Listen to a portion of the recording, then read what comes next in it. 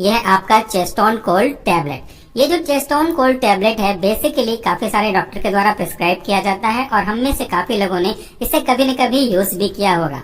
चेस्टोन cold ये इसका brand name है। इसके एक्टिव कॉन्स्टिट्यूएंट के बारे में हम बात करेंगे तो this is a combination product. अब ये नया वर्ड हमको देखने को मिल रहा है। कॉम्बिनेशन प्रोडक्ट मतलब क्या होता है? ये एक ऐसा प्रोडक्ट है जिसमें एक से अधिक मेन और एक्टिव इंग्रेडिएंट होते हैं और ये हर एक एक्टिव इंग्रेडिएंट अपना अपना एक मैकेनिज्म ऑफ एक्शन को फॉलो करके आपको अपना कंबाइंड इफेक्ट शो करता है। अगर आपके नाक में कुछ म्यूकस का सिक्रेशन बहुत ज्यादा हो रहा है, अगर आपको सर्दी है, अगर आपको कॉमन कोल्ड के सिम्टम्स हैं जैसे कि रनी नोज, बहता हुआ नाक, आपके नाक में कुछ म्यूकस थोड़े चिपचिपे जैसे भर गए हैं, आपको छींक आ रही है या आपकी आंखों से आंसू जैसे पानी सब्सटेंस निकल रहे हैं, या नाक बंद है या नाक में चोक, इस तरह की प्रॉब्लम हुई है, सर्दी के कारण से पेन हो रहा है और साथ में फीवर आ रहे हैं, तो ऐसे केस में डॉक्टर आपको सजेस्ट करते हैं चेस्टोन कोल्ड। नाम से समझ में आ रहा है कि ये एक ऐसा टैबलेट है जो कोल्ड के सिम्टम्स, फ्लू के सिम्टम्स को सप्रेस करने में मदद करता है। ये जो टैबलेट है उसमें 3 मेन इंग्रेडिएंट हैं। चलिए सबसे पहले उनको भी हम लोग देख लेते हैं। यहाँ पे अगर आप इसका यूज देखेंगे तो लिखा हुआ है कफ एंड कोल्ड के लिए ईच अनकोटेड टैबलेट। अब ये अनकोटेड टैबलेट क्या है, ये हमने भी कई बार डिस्कस किया हुआ है। टैबलेट को अगर हम किसी न किसी तरीके से कोट करें, शुगर कोट करें, फिल्म कोट करें, एंट्रिक कोटेड करें, तो वो कोटिंग कहलाती है या कोटेड टैबलेट कहलाता है। लेकिन अगर हम इसके टैबलेट में पंचिंग के बाद किसी तरह की कोटिंग ना करें तो वो कहलाता है अनकोटेड टैबलेट। और आपका जो चेस्टोन कोल्ड है वो एक एग्जांपल है अनकोटेड टैबलेट का। इसके एक्टिव इंग्रेडिएंट और उनका जो कंसंट्रेशन स्ट्रेंथ है वो कुछ इस तरीके से है। पहला है आपका cetirizine dihydrochloride which is based on IP. IP का मतलब होता है इंडियन फार्माकोपिया।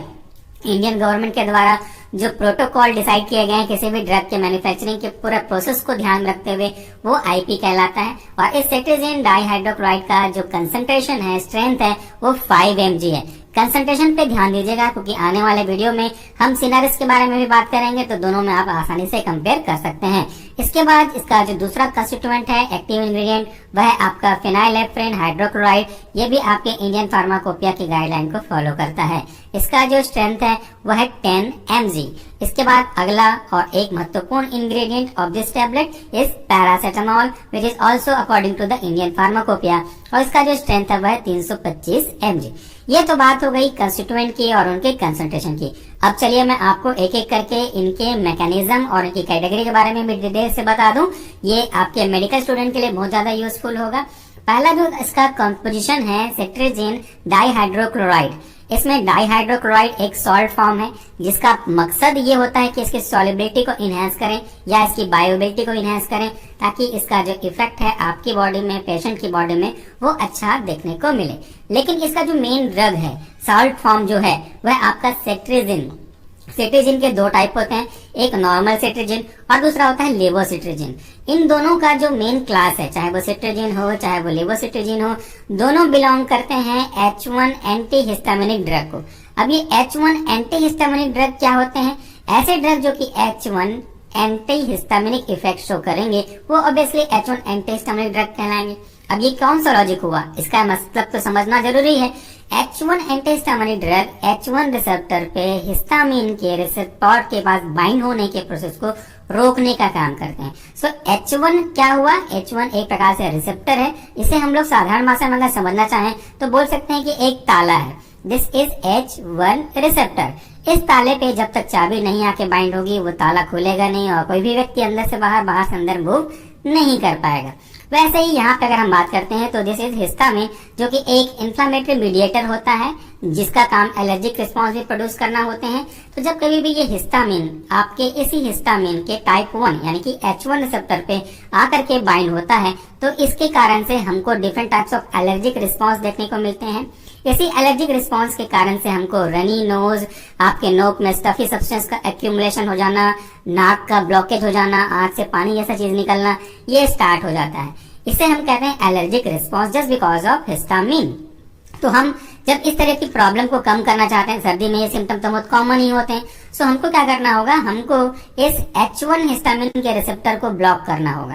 तो जब हम ब्लॉक कर देंगे इसका मतलब क्या होगा कि इस हिस्टामिन का आपके हिस्टामिन के रिसेप्टर पे जाकर के बाइंड होना नहीं हो पाएगा, यानी कि ताले पे जाकर के चाबी बाइंड नहीं हो पाएगी, क्योंकि आपने उस जगह को ब्लॉक कर दिया जहाँ पे चाबी घुसती है ताले में। तो इस तरीके से हमारा जो सिट्रीजिन है वो काम करता है। सिट्रीजिन बेसिकली अलग अलग क्लासेस के होते हैं। अगर हम बात करते हैं लिवोसिट्रीजिन की, तो ये सेकंड जनरेशन का ड्रग है। सिट्रीजिन आपके डिफरेंट टाइप कैटेगरी के ड्रग को रिप्रेजेंट करते हैं, जिसमें थोड़ी सी नींद आती है। साथ ही साथ एंटी हिस्टामिनिक ड्रग के साथ साथ ये एंटी कोलिनर्जिक रिस्पॉन्स भी प्रोड्यूस करते हैं, जिसके साइड इफेक्ट के रूप में हमको अगर देखना है ड्रग को लेने के बाद, तो मुंह सूखने जैसे लगेगा, आंखों में थोड़ी सी कड़वाहट आने लगेगी, डाइजेशन थोड़ा सा दिक्कत कर सकता है। हालांकि ये सिम्टम बहुत जल्दी देखने को नहीं मिलते, लेकिन एसोसिएटेड हैं, किसी किसी को देखने को मिलेंगे, बाकी ये सेफ है। तो ये हमको साइड इफेक्ट के रूप में देखने को मिलेंगे इस सिट्रीजिन के कारण से। नींद भी आएगी। तो हम कभी भी जब सिट्रीजिन लेते हैं, लिवोसिट्रीजिन में नहीं आती नींद, साइकोलॉजिकल इफेक्ट को छोड़ करके, तो हमको हैवी मोटर ड्राइविंग नहीं करना है, किसी बच्चे को गोद में नहीं उठाना है, कोई भी ऐसा काम नहीं करना है जिस काम को आपका अलर्टनेस रिक्वायर्ड करता हो। जहाँ पे अलर्टनेस ये सब चीजें जरूरी होती हैं, वहां पे हमको चीजों को अवॉइड करना होगा, क्योंकि इससे आलसीपन, सुस्तीपन, थकावट महसूस होगी। अगला जो कॉन्स्टिट्यूएंट है वह आपका फेनाइलेप्रिन हाइड्रोक्लोराइड 10 mg का कंटेंट है। ये फेनाइलेप्रिन हाइड्रोक्लोराइड है क्या? जब हम बात करते हैं सर्दी की, तो अक्सर आप देखते हो नाक चौक हो जाता है, नाक में इन्फ्लामेशन हो जाता है, लाल होने लगते हैं। इसके पीछे का कारण होता है कि वहां पे हमारा अल्फा रिसेप्टर रिस्पॉन्सिबल होता है। उस अल्फा रिसेप्टर के कारण से वो जो आपका नाक के अंदर ब्लड वेसल है वो डायलेट हो जाता है। डायलेट का मतलब है कि वो फैल जाता है। फैलने के कारण से जो नाक के पैसेज है, जैसे ये अगर ये वाला हिस्सा और ये वाला हिस्सा, ये आपकी नोस्ट्राइल है, इसमें से एयर का आना और एयर का जाना होता रहता है। अगर इसमें इस तरह की नोक ब्लॉक हुई, क्योंकि आपका ब्लड वेसल फैल गया है, डायलेट हो गया है, तो पासेज हमको कम मिलेगा। सो फेनाइलेप्रिन हाइड्रोक्लोराइड एक ऐसा ड्रग है जो अल्फा A1 रिसेप्टर एगोनिस्ट है, यानी कि अल्फा 1 के रिसेप्टर पे ये एगोनिस्ट का काम करता है। एगोनिस्ट की काम करने की वजह से ये जो आपका ब्लड वेसल डायलेट हुआ है, इसको डायलेट से हटा करके कॉन्स्ट्रिक्ट कर देते हैं। देखिए डायग्राम को मैंने मिटाया हुआ है, कॉन्स्ट्रिक्ट कर देंगे। तो इसके कारण से ये जो आपका पैसेज ऑफ नेजल कैविटी था, जिसके कारण से एयर का मूवमेंट हो रहा था, वो थोड़ा ज्यादा मिलेगा और हम आसानी से नाक की ब्लॉकेज को रिलीफ प्रोवाइड कर सकते हैं। ये हमारे इस ड्रग के काम करने का तरीका है। अगला जो कंटेंट है वह है आपका पैरासिटामोल। और आप में से अधिकतर लोग जानते हैं कि पैरासिटामोल होता क्या है, काम क्या करता है। पैरासिटामोल एक NSAID कैटेगरी का एग्जाम्पल है। NSAID कहने का मतलब होता है non steroidal anti inflammatory drug. ये जो पैरासिटामोल है वो एक काफी अच्छा एंटीपायरेटिक ड्रग है, जो कि फीवर को ठीक करने में काफी ज्यादा मदद करता है। सो बुखार के केस में अक्सर सर्दी जुड़ा हुआ होता है, इसका वाइस वर्सा भी हो सकता है। सर्दी के केस में अक्सर बुखार भी आ सकता है।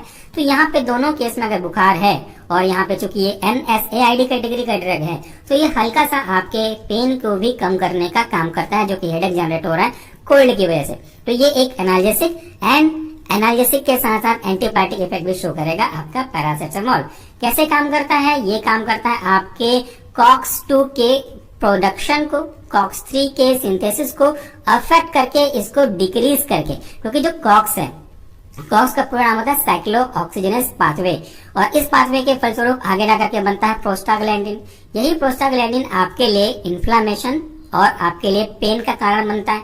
सो अगर हम उसके कारण को ही रोक दें तो फिर प्रॉब्लम तो सॉल्व हो ही गई। सो COX-3 के कारण से आगे जाके प्रोस्टाग्लैंडिन बन सकता था। सो हम यहाँ पे इसी COX-3 को पैरासिटामोल दे करके कम करते हैं, और एक ये लिटरेचर के नए और अपडेट इन्फॉर्मेशन के अकॉर्डिंगली है। तो हमारे 3 ड्रग यहाँ पे इस तरीके से काम करते हैं। इसका जो डोज है वो बेसिकली आपको कभी भी लीफलेट के पीछे, इस स्ट्रिप के पीछे लिखा हुआ नहीं मिलेगा।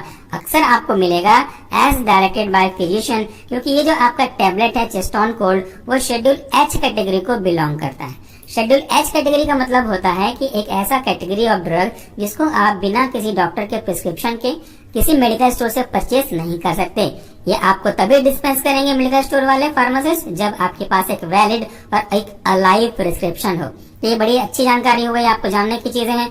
लेकिन यहाँ पे एक चीज और आपको ध्यान रखना होगा, क्योंकि इस प्रोडक्ट में पैरासिटामोल कंटेनिंग सब्सटेंस है, पैरासिटामोल 325 mg है।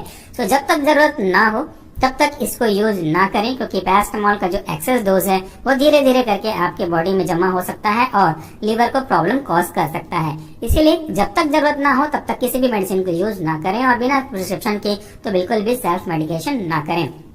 आगे बात करते हैं तो जो सिट्रीजिन है वो आपके different types of allergic response को कम करेगा, जैसे कहाँ से सर्दी, खांसी, छींक, नाक का बहना, आंख का आंसू निकलना, इनको भी कंट्रोल कर सकते हैं। साइड इफेक्ट जैसा मैंने कहा कि ये एंटीकोलर्जिक ड्रग भी काम करेगा सिट्रीजिन, इसलिए आपका मुंह थोड़ा सा सूखा सूखा लग सकता है।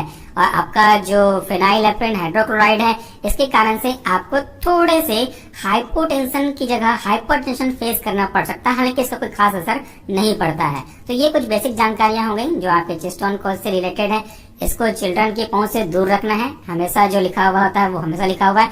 इस पर देखिए, taking more than daily dose of paracetamol may cause serious liver damage और एलर्जिक रिस्पॉन्स और reaction like swelling of the face, mouth, throat and different types of body. तो जैसा मैंने कहा कि अगर हम पैरासिटामोल को एक नॉर्मल डोज से अधिक लेते हैं तो वो हमारे लिए प्रॉब्लम कॉज करेगा। अब अगर आप ये वीडियो डायरेक्टली देख रहे हैं तो आपको पता नहीं होगा, क्योंकि हमने इसके पहले क्रोसिन के ऊपर भी पूरा डिटेल वीडियो डाला हुआ है, डोलो के ऊपर भी डाला हुआ है। पैरासिटामोल का कितना डोज सेफ होता है। अगर हम बात करते हैं पैरासिटामोल के 500 mg की, जो जनरली मार्केट में आते हैं, सो पैरासिटामोल का 500 mg के स्ट्रेंथ का 4 टैबलेट आप दिन में मैक्सिमम ले सकते हैं। सो स्ट्रेंथ कितना हो जाएगा, 4 टैबलेट 500 mg का लेने पे 2000 mg। सो मैक्सिमम जो डेली डोज है सेफ का वो 2000 mg है। इससे अधिक आपको किसी भी हालत में एक्सीड करना नहीं है। इसका मतलब ये नहीं है कि इस लिमिट तक आप टच करके वापस आ जाएं। पैरासिटामोल को जब तक जरूरत ना हो तब तक बिल्कुल भी अवॉइड करें। ये इतना सिंपल ड्रग नहीं है जितना हम पीपल समझते हैं इस चीज को। तो ये आपके लिए एक अच्छी जानकारी हो गई। आई होप कि आपको काम आएगा। इसके बारे में और डिटेल दिया हुआ है। इसका मैन्युफैक्चरिंग डेट कब है, एक्सपायरी डेट कब है, बैच नंबर क्या है, लॉट नंबर क्या है और इसका जो प्राइस है वो क्या है। इसका प्राइस है बेसिकली 42 रुपए 50 पैसे आपके 10 टैबलेट के लिए। सो आज का ये जो टैबलेट था वो है चेस्ट ऑन कोल्ड, जो कि सर्दी और नाक बर्न, आंखों से पानी निकलना, एलर्जिक रिस्पॉन्स, इनके कारण से होने वाले तकलीफ को, कोल्ड और कफ को ठीक करने में मदद करता है।